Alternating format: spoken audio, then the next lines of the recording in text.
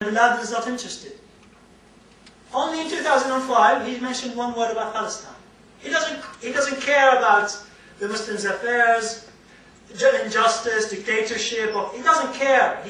A criminal who wants to find his own ways, and he can find them through Islam.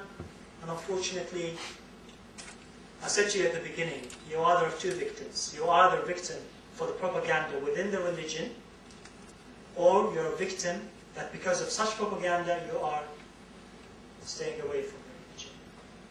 And the last feature of modern day Wahhabi is hatred to Imam Ali. They even glorify his enemies. But there must be something about it. Why do they hate Ali? Because they know what Ali represents. They know that if they allow Ali's words, which are the words of the Prophet, to spread within the Muslim Ummah, the Muslim nation, they will have no ground to stand on. So they hate him. Even the grandson of the Prophet himself, Hussain, that we are today talking about his struggle, the leader who killed him, Yazid, they glorify him. I mean, Sunni Muslims and Shia Muslims have their disagreement, but when it comes to Yazid, they all agree. And in Iraq, Sunni Muslims curse Yazid, because they know that what Yazid did to Imam Hussain. But the Wahhabis, watch it. You can't curse Yazid, because he's an enemy of Ali. Let them find one good feature of Yazid. Well, they probably say to you, actually he repented. When he realized that the grandson of the Prophet was killed, then he felt sorry about it, and then he apologized or whatever. Well, I don't know if you read history, but according to Muslim history, the first time the house of God, Al-Kaaba, was bombarded is at the time of Yazid, after the death of the grandson. So if people kind of try to trick you by saying, actually Yazid did repent, so what did he bombard the house of God? Under his own leadership. The second time the house, by the way, there was a second time the house of God was bombarded with fire, at the time of another Muslim leader, not Yazid. But Wahhabis like Yazid. Wahhabis glorify Yazid, because Yazid represents a figure that fought Ali and his progeny, and they fought what they stood up for. So that's history, that's modern day. You can see the similarity and the roots of extremism. How is that relevant to Ashura and us? Let's go back to the revolution. Now, the true version of Islam, I hope you believe now, is that justice at all levels. Social justice and personal justice, just like Ali ibn Abi Talib called for and the Prophet of Islam called for. No one is allowed to change your thoughts and change your mentality and ask you not to use logic and not to use your intellect. You're free to say whatever you want. You're free to ask and raise as many questions as you want, according to the Islam of Ali and the Islam of Muhammad. And the Prophet is a perfect leader, because the perfect being chose certain individuals, amongst them the prophets, as leading figures, as inspiring figures. In the true version of Islam, there has been no misconduct by any of the prophets, whether it was Muhammad, Moses, David, all of them. I don't believe anything you find in any of the religious books, regardless of their religion. The carrier of that version of Islam, 50 years after the death of the Prophet, was only one man, was Imam Hussain. And let's talk about the struggle. Summary. The followers of Ali, the followers of Hussein's father, were so much loyal to him that they had to pay the price. They were the carriers of the true version. They are the people who used to say, Islam is about justice, Islam is about freedom. The prophets are inspiring figures. No submission to the tyrants. And they had to pay the price. And they paid it, and they continue to pay it until today. They became a dangerous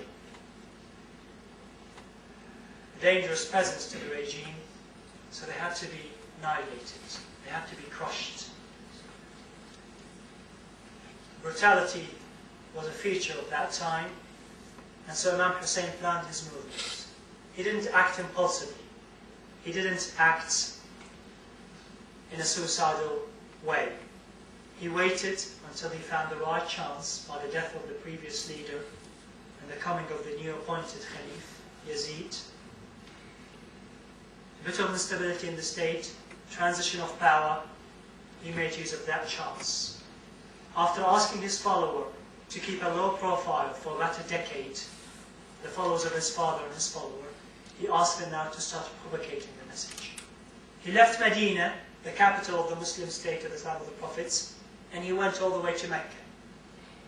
In Mecca, he spent 4 months calling for support, calling for help, saying that the religion of my father is not what you hear in the mosques. The religion of my father and my grandfather is about this and that. It's about the freedom, it's about the justice.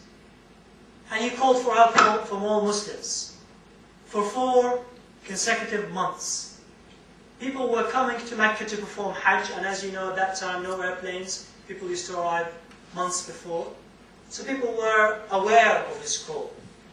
And his call was not about him being the ruler, him being the leader. This was his call.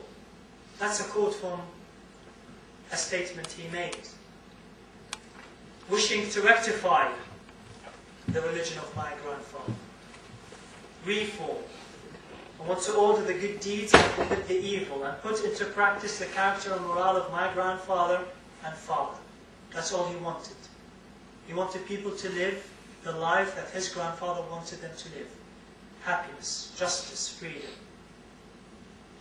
And obviously he had to pay the price. So he made a call. And only the people of one city answered. Which gives you again the indication, just because you have the label Muslim on your forehead, it doesn't make you an angel. You need to apply this religion. All Muslims heard the call of Hussain from all over the Muslim states, and only one city answered his call, the city of Kufa. Modern day, the province is known as Najaf, South Iraq. They answered his call. They said, come, we believe in you, we shall support you for your noble cause. So he answered the will of the people. And as Haidar gave you in the introduction, they paid a heavy price. They paid a heavy, heavy price for their support of Hussain. Thousands of men imprisoned. City surrounded. Imam Hussain, when his caravan approached the city, miles and miles away, he was forced to divert his routes. And the tragedy began.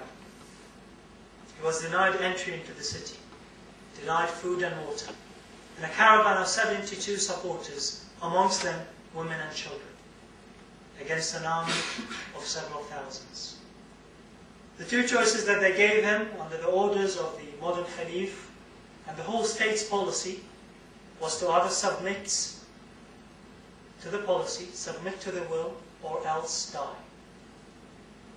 Obviously, being denied from his supporters, being on his own in that desert, responsible for a group of loyal companions, responsible for a family, his sister, his wife, his sons, his nephews, being responsible for all of them, I don't think anyone would blame him if he had stopped.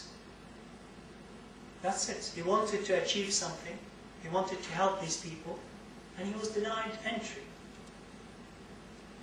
Under force, under threat, he can submit.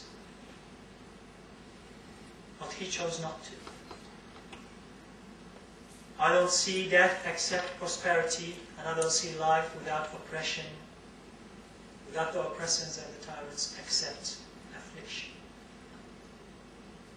His vision, his view about life was different to ours. It's not about if you're trying to achieve something in today's life, and you're denied it, then, all right, I'll just stop.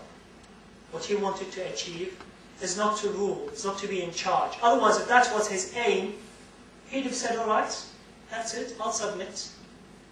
His aim